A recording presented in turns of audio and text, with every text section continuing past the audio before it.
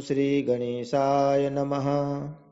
वागर्थाविव सम्पृक्तौ वागर्थप्रतिपत्तये जगतः पितरौ वन्दे पार्वती परमेश्वरौ। श्रीमद्भागवत महापुराण दशम स्कंध 24वां अध्याय इंद्र यज्ञ निवारण। ओम नमो भगवते वासुदेवाय। श्रीशुक उवाच भगवानपि तत्रैव बलदेवेन संयुतः अपश्यन्निवसन् गोपा निन्द्रयागकृतोद्यमान्। तदभिज्ञोऽपि भगवान् सर्वात्मा सर्वदर्शनः प्रश्रयावनतो पृच्छत् वृद्धानंदपुरोगमान्।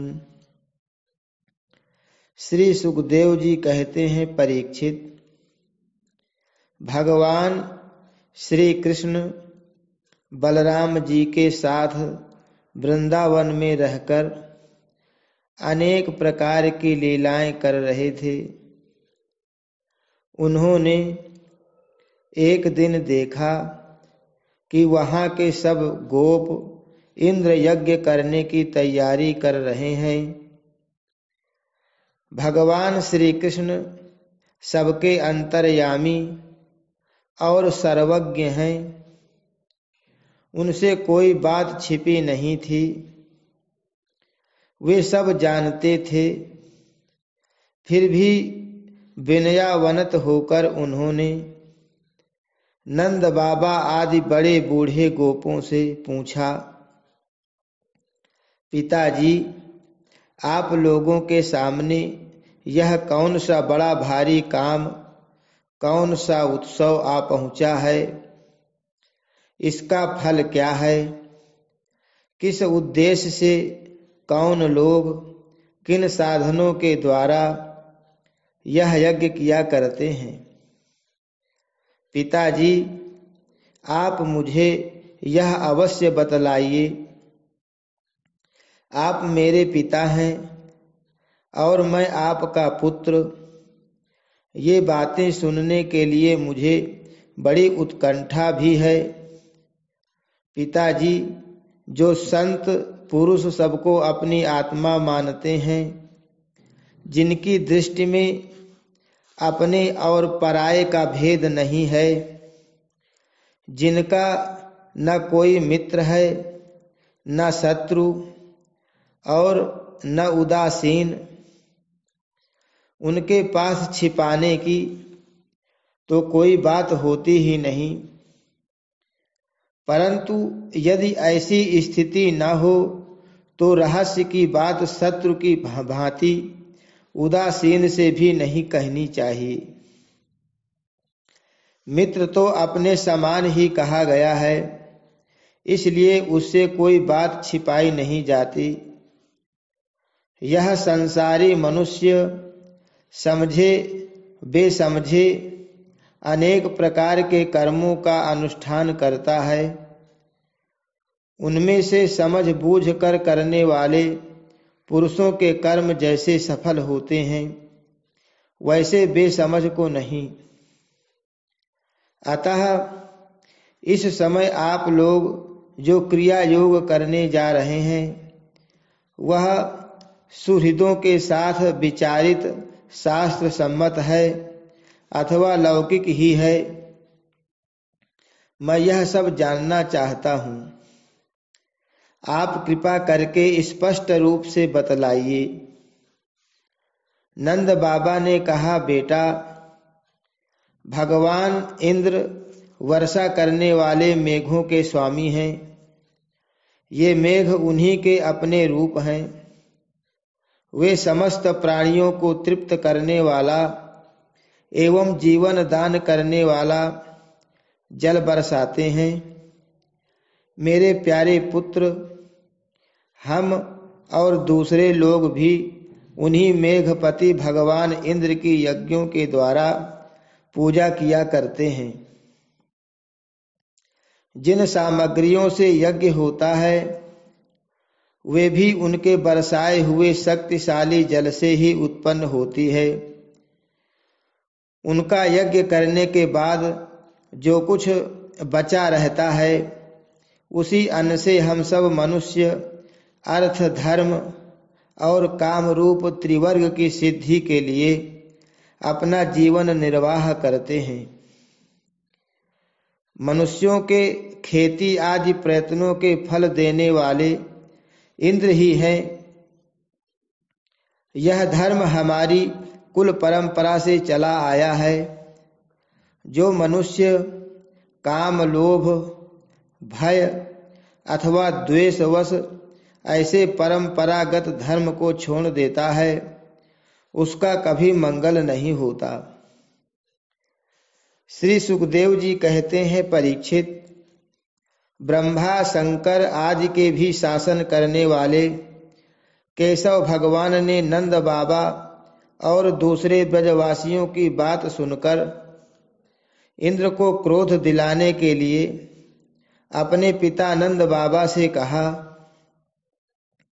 श्री भगवान ने कहा, पिताजी, प्राणी अपने कर्म के अनुसार ही पैदा होता और कर्म से ही मर जाता है।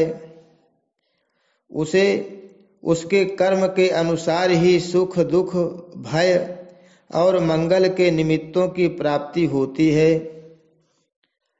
यदि कर्मों को ही सब कुछ न मानकर उनसे भिन्न जीवों के कर्म का फल देने वाला ईश्वर मान भी जाए तो वह कर्म करने वाले को ही उनके कर्म के अनुसार फल दे सकता है। कर्म न करने वालों पर उसकी प्रभुता नहीं चल सकती। जब सभी प्राणी अपने अपने कर्मों का ही फल भोग रहे हैं तब हमें इंद्र की क्या आवश्यकता है। पिताजी, जब वे पूर्व संस्कार के अनुसार प्राप्त होने वाले मनुष्यों के कर्म फल को बदल ही नहीं सकते तब उनसे प्रयोजन। मनुष्य अपने स्वभाव पूर्व संस्कारों के अधीन है, वह उसी का अनुसरण करता है। यहाँ तक कि देवता, असुर, मनुष्य आदि को लिए हुए यह सारा जगत स्वभाव में ही स्थित है। जीव अपने कर्मों के अनुसार उत्तम और अधम शरीरों को ग्रहण करता और छोड़ता रहता है। अपने कर्मों के अनुसार ही यह शत्रु है, यह मित्र है, यह उदासीन है, ऐसा व्यवहार करता है। कहाँ तक कहूँ, कर्म ही गुरु है और कर्म ही ईश्वर। इसलिए पिताजी, मनुष्य को चाहिए कि पूर्व संस्कारों के अनुसार अपने वर्ण तथा आश्रम के अनुकूल धर्मों का पालन करता हुआ कर्म का ही आदर करे। जिसके द्वारा मनुष्य की जीविका सुगमता से चलती है वही उसका इष्ट देव होता है। जैसे अपने विवाहित पति को छोड़कर जार पति का सेवन करने वाली व्यभिचारिणी स्त्री कभी शांति लाभ नहीं करती, वैसे ही जो मनुष्य अपनी आजीविका चलाने वाले एक देवता को छोड़कर किसी दूसरे की उपासना करते हैं उससे उन्हें कभी सुख नहीं मिलता।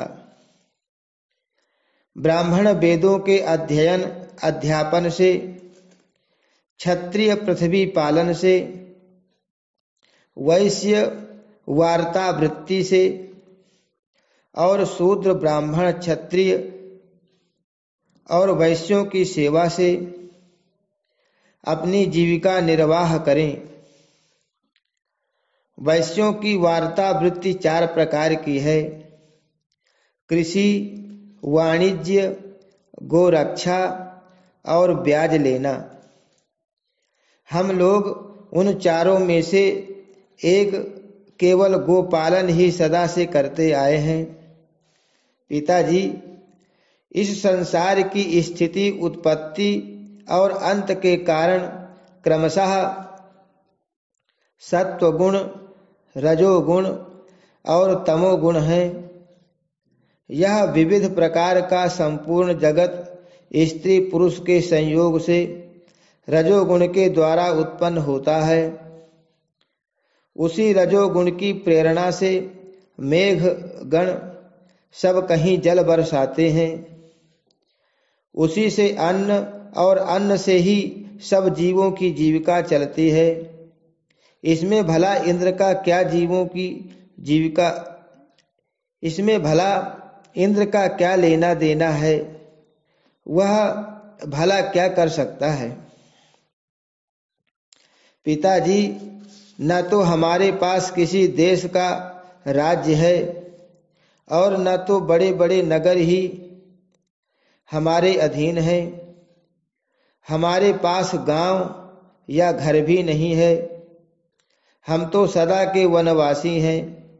वन और पहाड़ ही हमारे घर हैं।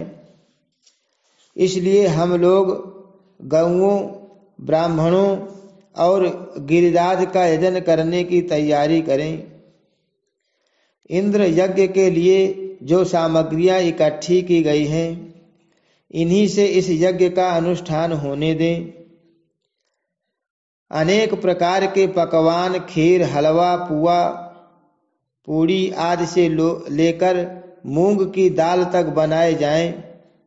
ब्रज का सारा दूध एकत्र कर लिया जाए। वेदवादी ब्राह्मणों के द्वारा भली भांति हवन करवाया जाए तथा उन्हें अनेक प्रकार के अन्न, गौएं और दक्षिणाएं दी जाएं। और भी चांडाल, पतित तथा कुत्तों तक को यथा योग्य वस्तुएं देकर गायों को चारा दिया जाए और फिर गिरिराज को भोग लगाया जाए। इसके बाद खूब प्रसाद खा पीकर, सुंदर सुंदर वस्त्र पहनकर, गहनों से सजा लिया जाए और चंदन लगाकर गौ, ब्राह्मण, अग्नि तथा गिरिराज गोवर्धन की प्रदक्षिणा की जाए। पिताजी, मेरी तो ऐसी ही सम्मति है। यदि आप लोगों को रचे तो ऐसा ही कीजिए। ऐसा यज्ञ गौ, ब्राह्मण और गिरिराज को तो प्रिय होगा ही, मुझे भी बहुत प्रिय है। श्री सुखदेव जी कहते हैं, परीक्षित, कालात्मा भगवान की इच्छा थी कि इंद्र का घमंड चूर चूर कर दें। नंद बाबा आदि गोपों ने उनकी बात सुनकर बड़ी प्रसन्नता से स्वीकार कर ली। भगवान श्री कृष्ण ने जिस प्रकार यज्ञ करने को कहा था, वैसा ही यज्ञ उन्होंने प्रारंभ किया। पहले ब्राह्मणों से स्वस्ति वाचन कराकर उसी सामग्री से गिरिराज और ब्राह्मणों को सादर भेंटें दी तथा गौओं को हरी हरी घास खिलाई। इसके बाद नंद बाबा आदि गोपों ने गौओं को आगे करके गिरिराज की प्रदक्षिणा की। ब्राह्मणों का आशीर्वाद प्राप्त करके वे और गोपियां भली भांति श्रृंगार करके और बैलों से जुती गाड़ियों पर सवार होकर भगवान श्री कृष्ण की लीलाओं का गान करती हुई गिरिराज की परिक्रमा करने लगी। भगवान श्री कृष्ण गोपों को विश्वास दिलाने के लिए गिरिराज के ऊपर एक दूसरा विशाल शरीर धारण करके प्रकट हो गए तथा मैं गिरिराज हूं, इस प्रकार कहते हुए सारी सामग्री आरोगने लगे। भगवान श्री कृष्ण ने अपने उस स्वरूप को दूसरे ब्रजवासियों के साथ स्वयं भी प्रणाम किया और कहने लगे, देखो कैसा आश्चर्य है, गिरिराज ने साक्षात प्रकट होकर हम पर कृपा की है। ये चाहे जैसा रूप धारण कर सकते हैं। जो वनवासी जीव इनका निरादर करते हैं उन्हें ये नष्ट कर डालते हैं। आओ अपना और गौओं का कल्याण करने के लिए इन गिरिराज को हम नमस्कार करें। इस प्रकार भगवान श्री कृष्ण की प्रेरणा से नंद बाबा आदि बड़े बूढ़े गोपों ने गिरिराज, गौ और ब्राह्मणों का विधि पूर्वक पूजन किया तथा फिर श्री कृष्ण के साथ सब ब्रज में लौट आए। हरि शरणम। श्री कृष्णार्पणमस्तु।